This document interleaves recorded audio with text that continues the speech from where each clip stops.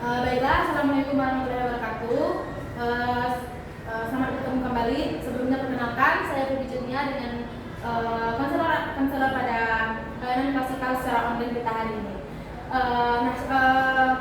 Sebelum memulai layanan, diharapkan Anda semuanya yang menonton untuk fokus dan mencari tempat ternyamannya agar selama menonton pelayanan klasikal secara online ini bisa dengan tenang dan nyaman.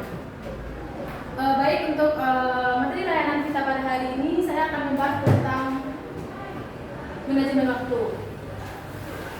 Nah, tujuan saya memberikan materi tentang manajemen waktu ini adalah agar Anda semuanya dapat mengerti pentingnya waktu dan dapat mengerti bagaimana cara membagi waktu dengan baik. Sebelumnya itu saya akan menyampaikan tentang pengertian manajemen waktu. Manajemen waktu adalah kemampuan kita untuk merencanakan, mengatur dan mengendalikan waktu dan menjalankan berbagai aktivitas sehari-hari secara efisien dan efektif agar dapat dipastikan bahwa waktu yang tersedia dapat kita gunakan secara sebaik mungkin sesuai dengan prioritas dan tanggung jawab kita. Selanjutnya yaitu tentang manfaat dari manajemen waktu yang baik. Nah, manfaat dari manajemen waktu ini dapat kita memiliki 6 manfaat, yaitu yang pertama meningkatkan produktivitas. Nah, maksudnya meningkatkan produktivitas di sini adalah dengan manajemen waktu kita dapat melakukan kegiatan-kegiatan yang kita lakukan dalam kehidupan sehari-hari dapat dengan produktif sesuai dengan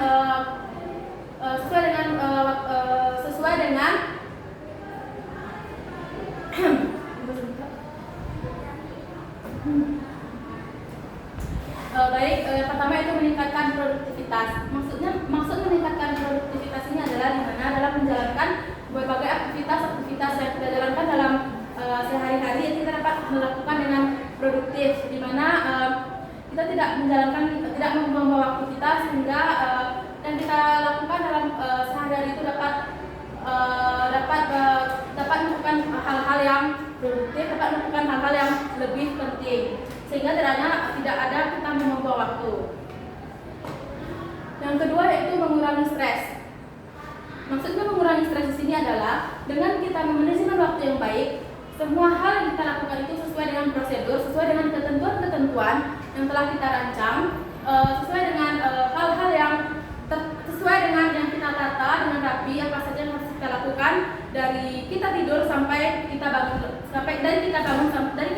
tidur sampai kita tidur kembali.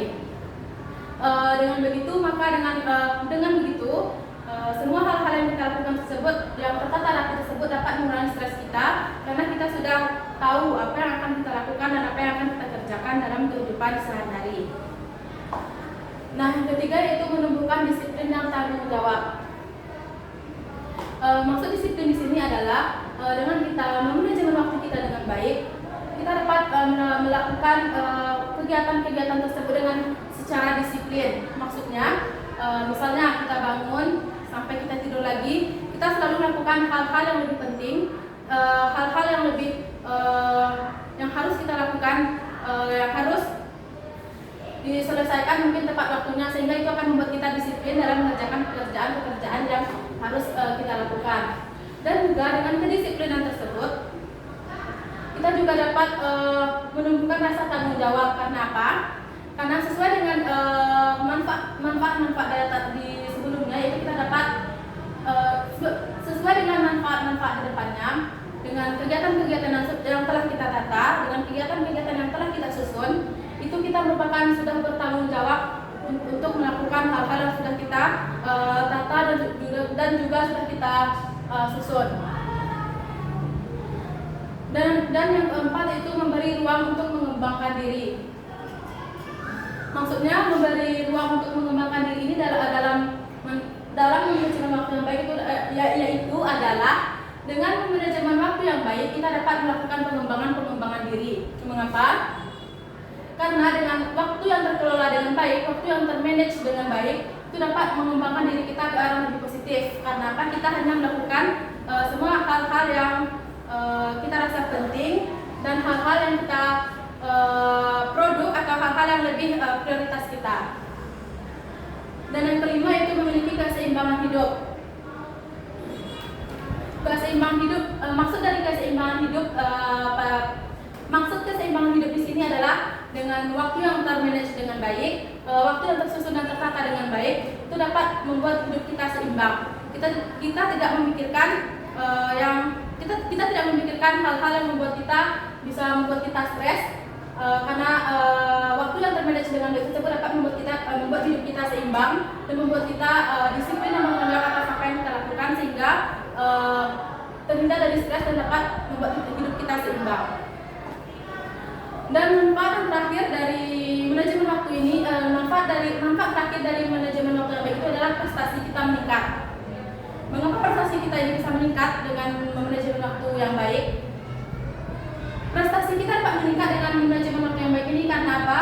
Karena semua yang kita kerjakan, mungkin misalnya kita baik dalam lingkungan sekolah atau lingkungan pekerjaan, dengan kita mampu membagi waktu dengan baik, mampu menata waktu dengan baik, dan mampu untuk melakukan hal-hal yang sudah kita tata, sudah kita susun tersebut dapat meningkatkan prestasi kita. Karena apa? Dalam mengerjakan sesuatu itu kita sudah tahu mana yang lebih penting, mana yang harus lebih didahulukan, sehingga kita dapat meningkatkan prestasi kita karena kita tidak stres untuk melakukan yang mana dulu, yang harus yang ini dulu atau yang itu dulu. Sehingga dengan manajemen waktu yang baik ini kita dapat meningkatkan prestasi kita. Oke, lanjut ke slide selanjutnya, yaitu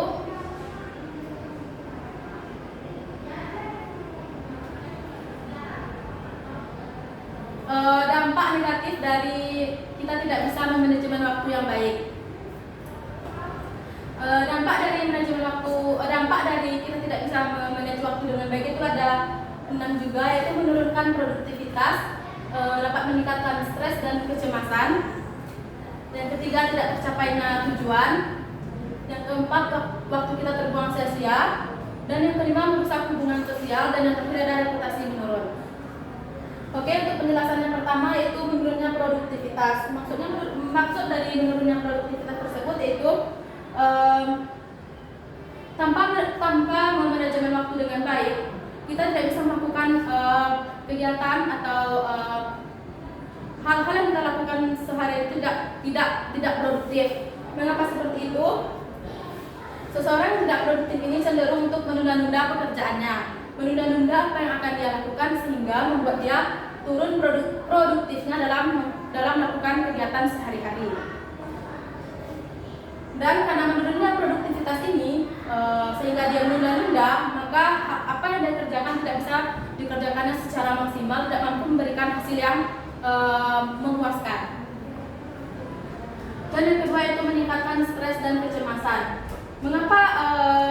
Mengapa dengan tidak memanajemen waktu ini kita bisa membuat kita stres dan cemas? Karena apa? Kita cemas karena kita dikejar-kejar oleh waktu, misalnya seperti yang tadi tidak produktif, kan kita akhirnya menunda-nunda sebuah pekerjaan. Nah, karena kita menunda-nunda tersebut, maka kita akan mengalami kecemasan. Karena apa? Karena karena pekerjaan yang kita tunda-tunda tersebut kita rasanya akan dikejar oleh waktu untuk menyelesaikan pekerjaan tersebut dengan harus selesai pada saat itu, sedangkan kita tidak siap. Nah, karena kecemasan tersebut, karena merasa dikejar-kejar oleh waktu, akan membuat kita mengalami stres. Karena apa? Karena kecemasan dari tidak bisa produktif dalam mengerjakan hal-hal yang harus kita kerjakan. Dan yang ketiga itu tidak tercapainya tujuan. Tidak tercapainya tujuan maksudnya di sini itu adalah dengan pengaturan waktu kita yang buruk, akan sulit bagi kita untuk mencapai tujuan kita. Karena apa? Karena kita itu selalu seperti yang penjelasan sebelumnya, karena tidak produktifnya, karena adanya kecemasan dan stres, maka kita sulit untuk mencapai tujuan kita.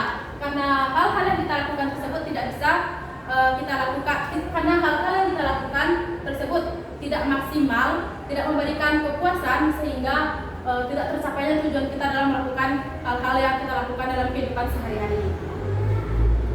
Dan yang keempat itu waktu kita terbuang sia-sia. Nah, karena kita tidak mampu mengatur waktu dengan baik, maka sia-sia. Karena apa? Karena hal-hal yang kita lakukan dalam kehidupan sehari-hari akan melakukan hal-hal yang tidak bermanfaat, yang hanya membawa waktu. Itu kita tidak melakukan hal-hal yang lebih prioritas bagi kita. Misalnya besok kita akan misalnya besok Ananda semua akan mengumpulkan misalnya tugas Ananda. Nah, karena Ananda tidak produktif dalam melakukan mengerjakan tugas tersebut, selalu menunda-nunda pekerjaan tersebut, sehingga waktu Ananda terbuang sia-sia untuk melakukan hal-hal yang seharusnya bisa Anda lakukan untuk hal yang lebih bermanfaat.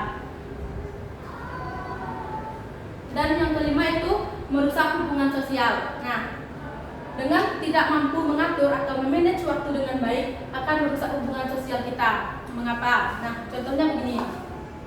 Misalnya Ananda ada janji dengan teman Ananda, misalnya ingin bertemu pada pukul sekian misalnya. Nah, karena Ananda tidak mampu mengatur waktu dengan baik, nah karena Ananda juga terlalu tidak produktif, selalu menunda-nunda, selalu menghabiskan waktu Ananda untuk hal-hal yang tidak baik atau tidak perlu, sehingga Ananda lupa akan janji Ananda dengan teman-teman tersebut, sehingga Ananda selalu menunda-nunda untuk pergi bertemu pada jam yang sudah ditentukan. Karena sifat menunda-nunda Ananda tersebut, maka bisa merusak hubungan sosial Ananda dengan teman-teman Ananda. Yang keenam yaitu reputasi kita menurun. Mengapa dengan tidak mampu mengatur waktu dengan baik akan membuat reputasi kita menurun? Seperti yang sudah dijelaskan sebelumnya, karena merusak hubungan sosial tersebut, maka orang-orang yang kita ada janji dengan mereka, karena kita selalu terlambat atau misalnya selalu datangnya misalnya tidak tepat waktu, maka orang-orang tersebut akan berpikir bahwa kita adalah orang-orang yang tidak mampu menepati janji, tidak mampu melakukan hal-hal yang sesuai dengan kesepakatan kita, sehingga mereka akan memberikan label kepada kita bahwa kita tidak mampu untuk mengatur waktu dan menepati janji yang sudah kita buat. Nah, karena dampak dari tidak mampu manajemen waktu ini sangat berakibat fatal, maka hal yang kita lakukan adalah untuk mengatur waktu tersebut. Nah, bagaimana cara kita untuk bisa manajemen waktu dengan baik? Ada beberapa cara yang mungkin bisa kita lakukan, yaitu yang pertama membuat jadwal, yang kedua menentukan prioritas, yang ketiga menghindari penundaan, yang keempat menyisihkan waktu istirahat, dan yang terakhir adanya evaluasi. Baik, yang pertama itu membuat jadwal. Nah, contohnya misalnya Ananda bisa membuat tabel waktu. Tabel waktu ini bisa Ananda buat bisa Ananda print atau Ananda membuat tulis tangan sendiri. Contohnya Ananda membuat tabel misalnya dari jam segini sampai jam ini sampai jam sekian itu Ananda harus melakukan apa.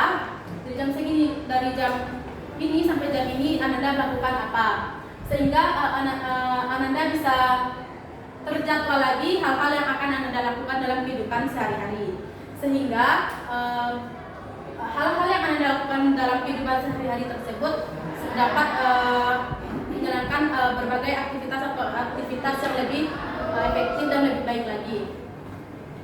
Dan yang kedua itu menentukan prioritas.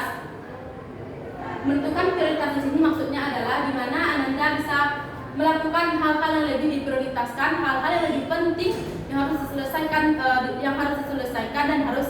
dan yang harus dikerjakan pada saat itu juga. Contohnya seperti yang tadi, menentukan prioritas ini mungkin kita ada pengumpulan tugas atau pengumpulan berkas-berkas yang harus kita kumpulkan atau harus kita serahkan kepada pihak-pihak yang kepada guru Ananda.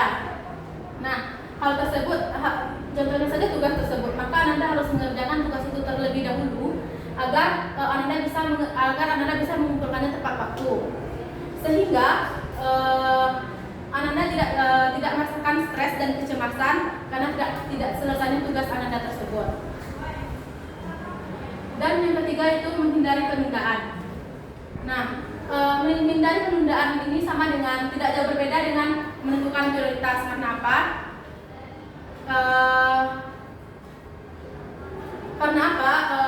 Karena kita sudah menentukan prioritas kita tadi, maka kita harus menghindari penundaan. Mengapa menghindari penundaan ini? Kan misalnya dalam melakukan sesuatu yang prioritas, sesuatu yang harus kita lakukan, kita tidak menundanya, tidak menunda melakukan hal-hal yang kita prioritaskan tadi. Karena kalau kita menunda hal-hal yang harus kita kerjakan, hal-hal yang harus kita prioritaskan, maka dampaknya akan balik kepada slide yang tadi, yaitu akan membuat tujuan kita tidak tercapai dan waktu kita terbuang sia-sia, sehingga menurunnya produktivitas kita, menyebabkan kita stres, menyebabkan kita mengalami kecemasan dan stres, sehingga reputasi kita menurun dan tugas-tugas kita tidak dapat digugurkan tepat waktu. Oke, contoh yang selanjutnya, menyisihkan waktu istirahat. Menyisihkan waktu istirahat, mengapa menyisihkan waktu istirahat ini masuk ke dalam cara manajemen waktu? Karena dengan segala hal yang sudah kita buat jadwal, dengan segala hal yang sudah kita melakukan, menentukan prioritas kita juga harus menyisihkan waktu untuk istirahat. Karena apa? Karena kalau kita tidak menyisihkan waktu untuk istirahat, maka kita akan misalnya bisa karena terlalu fokus untuk misalnya tidak mengerjakan prioritas ini saja, maka kita tidak bisa, mungkin kita akan mengalami stres atau kecemasan, sehingga kita memerlukan waktu untuk istirahat, untuk mencarger energi kita, dan juga dapat memberikan pikiran atau otak kita untuk beristirahat sejenak agar kita bisa fresh lagi, bisa lebih fresh mengerjakan hal-hal yang harus kita kerjakan dalam kehidupan sehari-hari kita. Nah, yang terakhir yaitu evaluasi. Kenapa evaluasi ini masuk ke dalam cara manajemen waktu yang baik? Karena apa? Dengan semua jadwal yang sudah kita buat, sudah kita menentukan prioritas kita, sudah menyisihkan waktu istirahat kita, sudah menghindari penundaan, maka kita perlu melakukan evaluasi dan perbaikan. Ini kan? 7 balik. Dan yang terakhir itu evaluasi. Mengapa evaluasi masuk pada cara manajemen waktu dengan baik? Karena apa? Setelah kita membuat jadwal, menentukan prioritas kita, dan tidak dengan melakukan menghindari penundaan dan menyisihkan waktu kita perlu melakukan evaluasi dan perbaikan. Karena dengan melakukan evaluasi ini kita bisa mengetahui apakah jadwal yang sudah kita buat, hal-hal yang sudah kita lakukan sesuai dengan jadwal tersebut, apakah itu produktif untuk kita teruskan, untuk terus kita lakukan dalam kehidupan sehari-hari. Dan juga setelah melakukan evaluasi ini kita bisa melihat hasil dari hal yang sudah kita atur, hal yang sudah kita lakukan dengan baik. Dan misalnya kalau itu emang produktif untuk kita lakukan dalam kehidupan sehari-hari, maka kita bisa melanjutkan. Nah, kalau misalnya dirasa belum